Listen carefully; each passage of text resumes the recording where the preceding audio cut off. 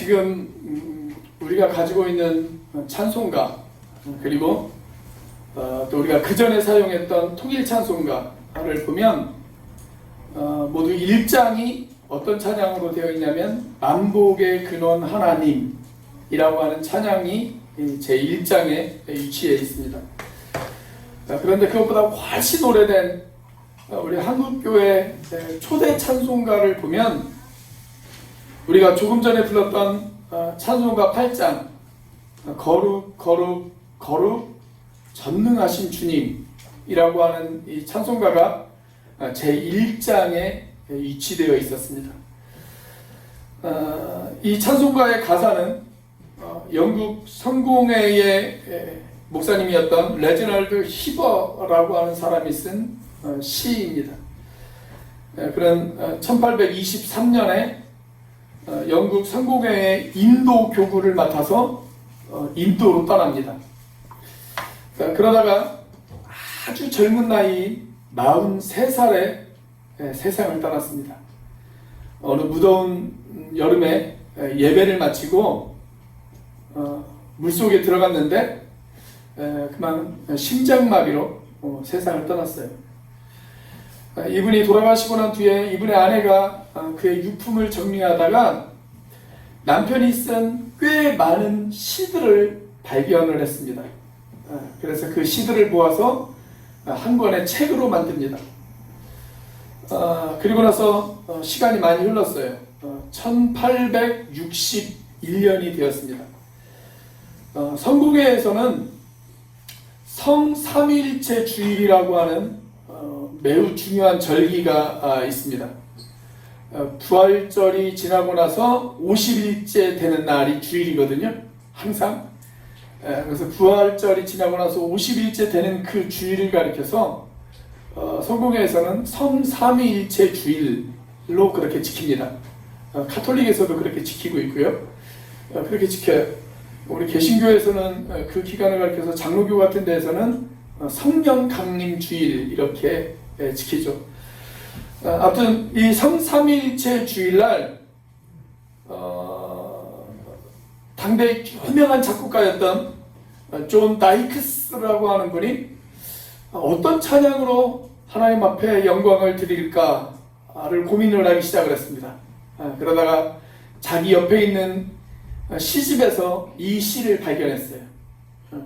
그래서 그 시에 곡을 붙인 것이 우리가 조금 전에 불렀던 찬송가 8장 거룩 거룩 거룩 전능하신 주님이라고 하는 찬양입니다. 그 뒤에 이 찬양은 시대와 교단을 초월해서 많은 사람들에게 사랑을 받았습니다. 이 찬송가에 반복되는 가사가 이렇죠.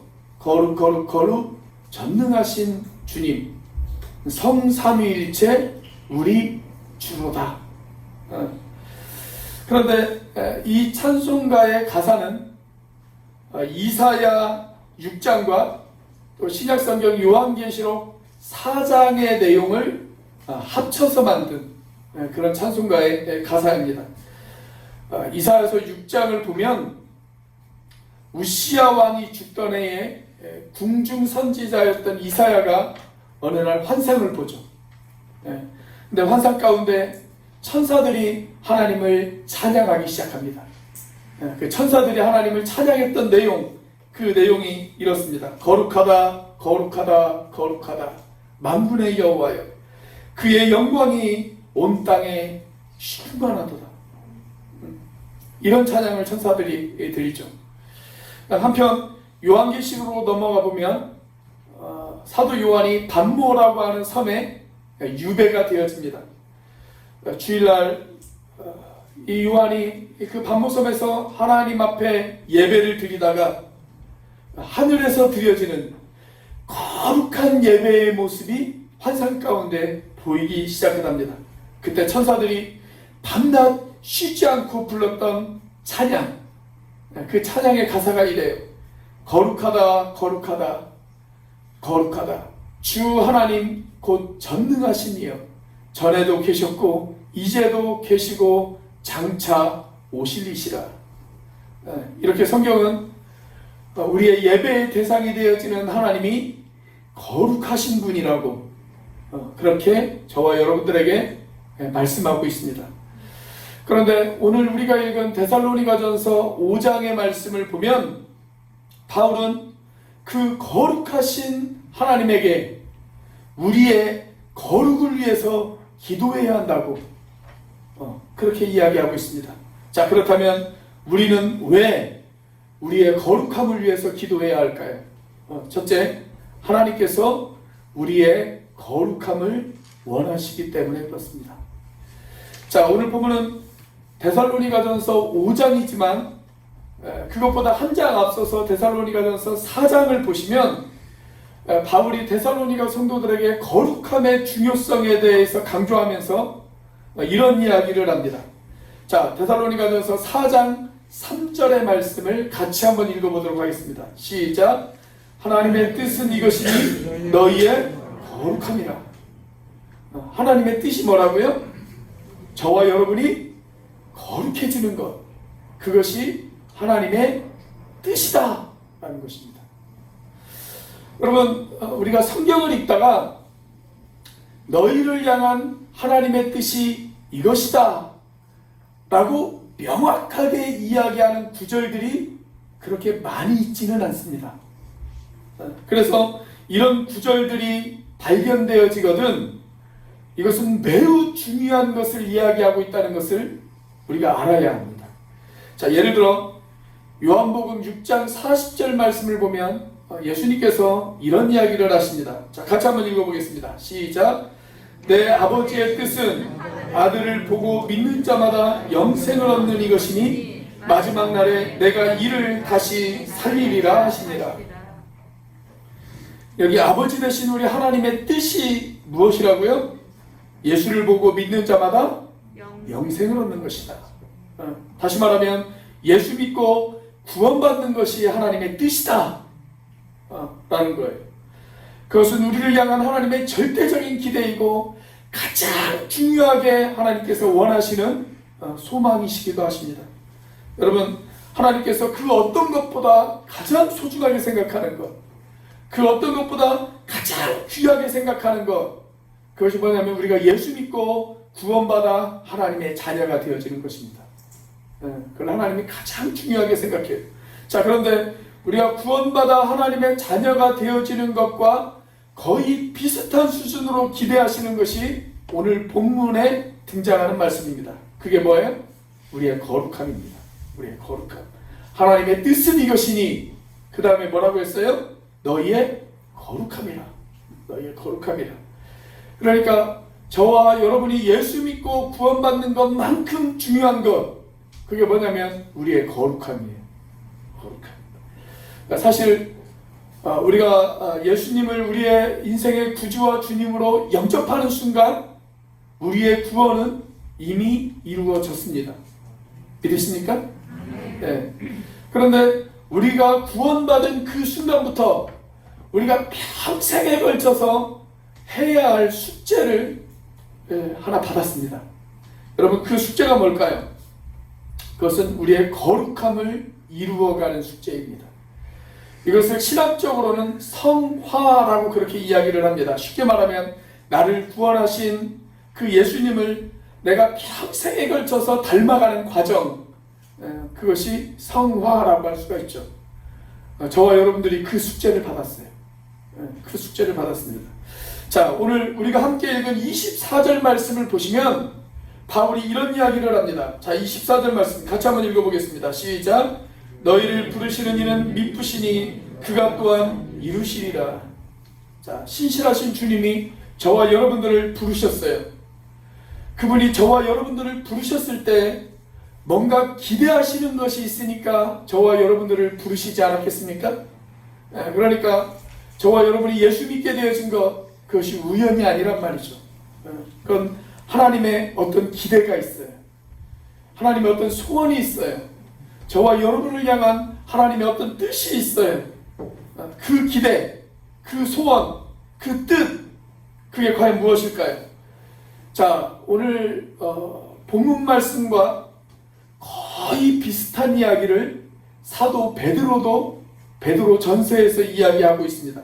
자, 베드로 전서 1장 15절과 16절 말씀. 자, 같이 한번 읽어보겠습니다. 시작. 오직 너희를 부르신 거룩한 이처럼 너희도 모든 행실에 거룩한 자가 되라. 기록되었으되 내가 거룩하니 너희도 거룩할지어다 하셨느니라. 자, 하나님이 저와 여러분들을 왜 부르셨습니까? 모든 행실에 거룩한 자가 되게 하려고, 모든 행실에 거룩한 자가 되게 하려고 저와 여러분을 부르셨어요. 그리고 그것은 우리를 부르신 그분이 거룩하기 때문에 그분을 닮아가게 만들려고 저와 여러분을 부르셨다는 것입니다. 자, 그게 구원받은 사람들이 이 땅 가운데에서 평생에 걸쳐 해야 할 숙제예요. 숙제. 자, 그렇다면 우리가 이 숙제를 언제까지 해야 될까요? 자, 오늘 본문 말씀을 보면 이런 표현이 등장을 하죠. 23절 말씀을 보면 우리 주 예수 그리스도께서 강림하실 때에, 그런 표현이 등장합니다. 우리 예수님이 다시 오실 때까지 우리의 영도 혼도 몸도 흠없이 보존되어지기를 원한다고, 우리가 거룩한 존재가 되어 그렇게 보존되어지기를 원한다고 말씀하고 있습니다. 그러니까 언제까지 우리가 이 숙제를 하면서 살아야 돼요? 주님이 다시 오실 때까지. 평생에 걸쳐서 우리는 이 숙제를 하면서 살아야 됩니다. 우리 앞뒤 좌우에 있는 분하고 같이 한번 인사해 볼까요? 숙제하고 계십니까? 한번 물어보세요.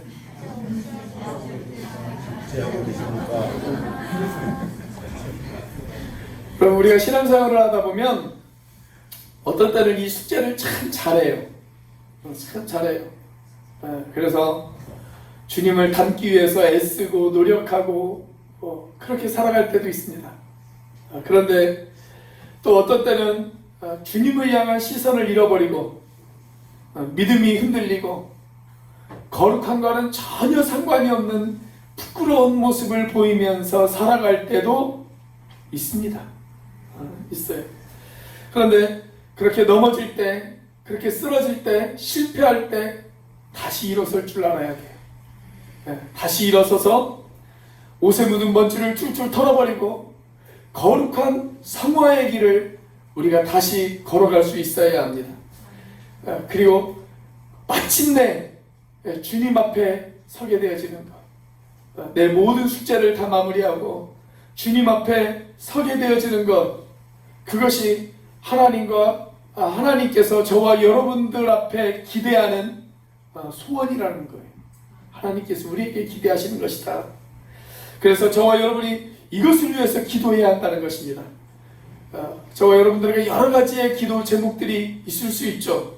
그렇지만 무엇보다도 중요한 기도의 제목, 주님, 저를 거룩하게 해주세요. 주님, 저를 주님 닮아가게 해주세요. 우리가 이것을 위해서 기도하라는 것입니다. 자식들을 위해서도 기도해야 되고, 물질을 위해서도 기도해야 되고, 건강을 위해서도 기도해야 하지만, 그렇지만 그 기도보다 더 중요한 기도, 그것은 나의 거룩함을 이루어가기 위해서 기도해야 된다는 거예요. 그것을 위해서 기도하실 줄 아는 저와 여러분들이 되시기를 주님의 이름으로 축원합니다. 자, 우리는 왜 우리의 거룩함을 위해서 기도해야 될까요? 두 번째로, 하나님께서 모든 영역의 주인 되기를 원하시기 때문에 그렇습니다. 자, 오늘 본문 23절 말씀을 같이 한번 읽어보도록 하겠습니다. 시작. 평강의 하나님이 친히 너희를 온전히 거룩하게 하시고 또 너희의 온 영과 혼과 몸이 우리 주 예수 그리스도께서 강림하실 때에 흠없게 보존되기를 원하노라. 자, 여기 보면 영과 혼과 몸이라고 하는 표현이 등장을 하죠. 영과 혼과 몸. 성경을 좀 체계적으로 공부하신 분들은 이런 신학적인 질문을 아마 들어보신 적이 있으실 것입니다. 인간은 어떻게 구성되어져 있느냐? 혹시 이런 질문 들어보신 적 있으세요? 인간은 어떻게 구성되어져 있느냐? 여기에 대한 대답은 크게 두 가지입니다. 어떤 학자들은 3분서를 이야기하는 학자들도 있고 또 어떤 학자들은 2분서를 이야기하는 학자들도 있습니다. 23절 말씀만 보면 3분설이 맞죠. 인간은 영과 홍과 육, 이 세 가지로 구분되어져 있다. 자, 그런가 하면 어떤 학자들은 영과 혼은 좀 근본적으로 나누기가 어렵다. 그래서 영과 혼은 하나로 보는 것이 옳다. 그래서 사람은 영혼과 육체 이렇게 두 가지로 구성되어져 있다라고 이야기하는 것이 이분설입니다. 자, 그런데 바울이 이 구절을 기록했을 때 이분설이 맞냐, 삼분설이 맞냐, 이것 가지고 논쟁하라고 이 구절을 쓴 것이 아니란 말이죠. 그렇죠? 자, 여기 정말 중요한 단어는 이것입니다. 바울이 영과 홍과 육을 이야기하면서 그 이전에 먼저 앞서서 강조한 단어가 하나 있습니다. 자, 그 단어가 뭐예요? 온이라고 하는 단어입니다. 온. 온이 뭡니까? 온. 우리 교회 식구들은 이 온이라는 뜻을 이해를 못하면 안 됩니다. 그렇죠? 온누리의 누리가 뭐예요? 누리? 누리는 세상을 말하는 거죠. 온은 뭡니까? 모든이죠. 모든. 모든. 그래서 모든 세상을 뜻하는 것입니다. 우리가 흔히 이야기하는 열방, 지구촌, 이런 모든 것이 다 온누리죠. 온누리. 그래서 우리 교회 로고가 무슨 모양이에요? 지구 네, 지구 모양입니다. 지구 모양. 이 온이라고 하는 말이 헬라어로 보면 홀로클레론이라고 하는 단어를 사용을 했어요. 근데 이 말의 뜻은 전체, 모든 것, 그런 뜻을 가지고 있습니다. 그러니까 이 구절은 영과 홍과 육 이런 것을 나누라고 주신 말씀이 아니라 너의 모든 존재 자체가 하나님 앞에 거룩해져야 된다. 그것을 강조하기 위한 말씀입니다. 여러분, 어떻게 우리가 그렇게 되어질 수가 있을까요? 어떻게 우리가 우리의 모든 존재 자체가 하나님 앞에 거룩한 존재가 되어질 수 있을까요? 거룩을 연구하는 학자들은 두 가지의 열쇠를 이야기하고 있습니다. 하나는 소속이고 하나는 통치입니다. 여러분, 우리가 거룩한 삶을 살려면 내가 어디에 소속되어 있는지를 알아야 돼요. 여러분, 우리가 어디에 소속되어져 있습니까? 우리는 예수 믿는 그 순간부터 우리는 주님에게 속한 사람이죠. 그래서 우리가 그 주님을 가리켜서 주님이라고 이야기하지 않습니까? 나의 주인, 나는 당신께 속해 있는 사람입니다. 라는 뜻으로 주님이라고 그렇게 이야기를 하잖아요. 자, 내가 주님께 속한 사람이라면, 그렇다면 나는 이제부터 누구의 통치를 받아야 될까요? 네, 주님의 통치를 받아야죠. 주님의 통치를 받고 주님의 지배를 받고 주님의 다스림을 받는 삶. 여러분, 그렇게 주님의 통치와 주님의 다스림을 받는 삶, 그 삶을 한 단어로 뭐라고 이야기를 한다고요? 거룩이에요. 그게 거룩입니다. 그게 거룩. 자, 그렇다면 이 거룩한 삶이 우리의 현실 가운데에서 과연 어떻게 나타나야 될까요? 우리는 거룩한 삶, 그러면 교회에서 예배하고 찬양하고 기도하고 성경을 공부하고 성경을 묵상하고 우리가 이런 것만 거룩한 삶이라고 생각을 할 수가 있어요. 자, 그런데 오늘 바울이 이야기하는 거룩한 삶의 현장이 어떤 곳인지를 한번 잘 들어보십시오. 우리가 조금 전에 살펴본 데살로니가전서 4장 3절을 보면 하나님의 뜻은 우리가 거룩해지는 것이다. 그렇게 이야기를 하고 있어요. 자, 그런데 그렇게 이야기하면서 사실은 그 뒤에 한마디를 덧붙였습니다. 덧붙였어요. 자, 우리가 아까 읽은 데살로니가전서 4장 3절 뒤에 한마디가 더 있는 것, 그것을 포함해서 4절까지 우리 같이 한번 읽어보도록 하겠습니다. 자, 3절과 4절 같이 읽습니다. 시작. 하나님의 뜻은 이것이니 너희의 거룩함이라. 곧 음란을 버리고 각각 거룩함과 존귀함으로 자기 안에 대할 줄을 알고. 그러니까 지금 바울이 거룩을 이야기하면서 무엇을 이야기하고 있냐면 부부 생활을 이야기하고 있어요. 부부 생활을 이야기하고 있습니다. 음란을 버리고 아내를 귀하게 여기는 것, 그것이 너희들이 행해야 하는 거룩의 영역이다. 그렇게 이야기하고 있습니다. 하나님이 나에게 주신 배우자를 소중하게 생각하고 그 배우자와 맺은 언약을 성실하게 지키며 살아가는 것, 그것이 바로 너희들이 지켜야 될 거룩이다 하는 거예요. 너희들이 지켜야 될 거룩이다. 여러분, 그러니까 거룩이라는 것이 무슨 종교의식이 거룩이 아니라 우리의 실제적인 삶이 거룩해져야 된다는 거예요. 우리의 실제적인 삶이. 자, 그렇다면 바울이 왜 결혼 생활을 이야기하면서 동시에 거룩함을 이야기했을까요? 우리가 어제도 결혼식에 참석을 했습니다만, 여러분, 신랑과 신부가 어떻게 부부가 되어집니까? 서로 약속으로 부부가 되어지죠. 약속으로. 그렇죠? 여러분, 신랑 신부가 뭐 계약서 쓰고 부부가 되어지는 거 아니잖아요. 부부 되면서 뭐 계약금이 오고 가고 그러면서 부부가 되어지는 거 아니잖아요. 네, 그렇죠? 여러분, 신랑 신부가 언약을 맺어요. 언약을 맺어요. 앞에 주례 선생님이 신랑에게 묻죠. 자매를 아내로 맞이해서 하나님이 주신 소중한 아내로 맞이해서 평생 행복하게 살겠습니까? 살아가며 살겠습니까? 물어요. 또 신부에게도 묻죠.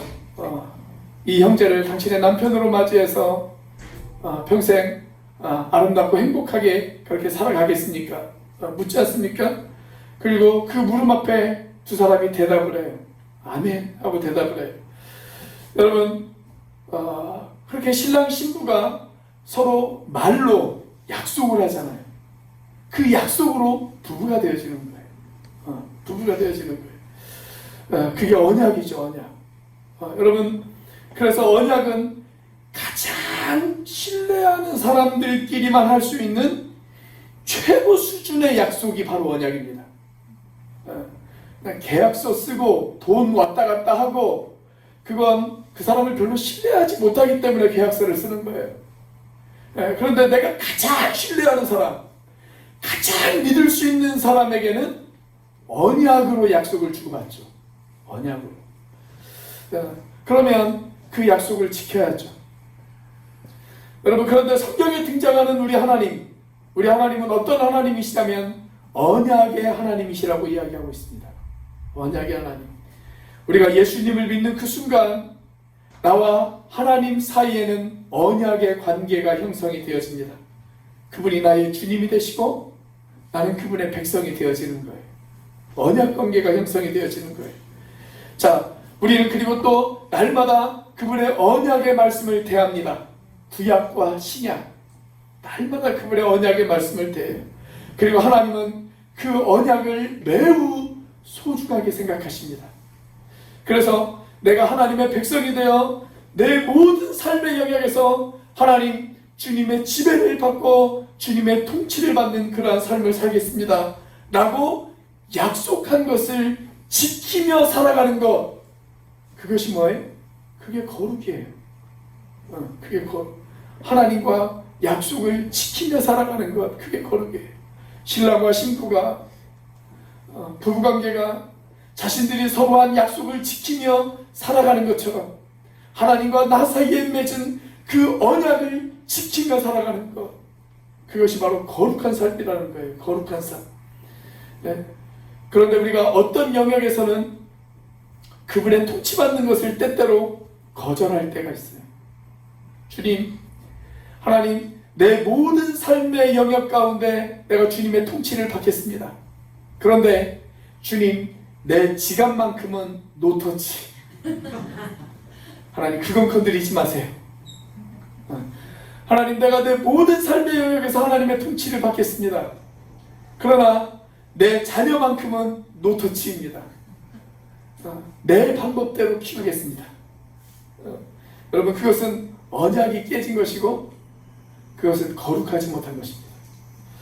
따라서 우리 모든 삶의 영역에서 주님의 통치를 받고 주님의 지배를 받는 그런 거룩한 삶이 되어지기 위해서 저와 여러분들이 기도해야 된다는 거예요. 주님께서는 그것을 원하세요. 하나님, 내 모든 삶의 영역에서 내가 주님을 닮아가는 그런 거룩한 인생이 되어지겠습니다. 그렇게 기도할 줄 아는 저와 여러분들의 삶이 되시기를 주님의 이름으로 축원합니다. 자, 우리는 왜 거룩함을 위해서 기도해야 될까요? 마지막 세 번째로, 하나님께서 도우셔야만 우리가 거룩해질 수 있기 때문에 그렇습니다. 여러분, 거룩함이라는 것은 내 힘으로 안 돼요. 내 노력으로 안 돼요. 내 의지로 안 돼요. 그분이 도와주시지 않으면 우리는 절대 거룩을 이룰 수가 없어요. 이 거룩을 연구하는 신학자들은 때때로 두 가지의 서로 상반되는 주장을 할 때가 있습니다. 하나의 입장은 우리가 구원받는 것이 전적인 하나님의 은혜인 것처럼 내가 거룩해질 수 있는 것, 그것도 전적인 하나님의 은혜로만 가능하다. 은혜 없이는 결단코 내가 거룩해질 수 없다. 이렇게 주장하는 사람들이 있는가 하면, 또 하나는 아니다. 우리가 구원받는 것은 하나님의 전적인 은혜인 것은 맞지만, 그러나 그렇게 구원받고 난 이후에 내가 거룩해지는 것, 그것은 순전한 내 책임이다. 내 노력이다. 내 의지로 해야 된다. 라고 주장하는 학자들도 있습니다. 저는 첫 번째 입장을 지지합니다. 자, 25절 말씀을 보면 이렇게 기록이 되어 있죠. 형제들아, 우리를 위하여 기도하라. 그렇게 말씀하고 있어요. 여러분, 기도를 부탁한다는 것은 무엇을 의미합니까? 내 힘만으로는 할 수 없다라는 것을 의미합니다. 내 노력으로 할 수 없기 때문에, 내 힘만으로는 그것을 이룰 수 없기 때문에 우리가 기도를 부탁하는 거 아니에요? 하나님 도와주세요. 제 힘으로는 안 돼. 제 노력만으로는 그걸 이룰 수 없어요. 그러니 하나님, 나를 도와주세요. 그러니까 우리가 기도하는 거잖아요. 그래, 여러분, 내 힘만으로 우리의 거룩함을 이루어갈 수 없어요. 그건 불가능해요. 그래서 내 삶이 거룩해지기 위해서 우리는 순간순간마다 그분 앞에 도움을 구해야 돼요.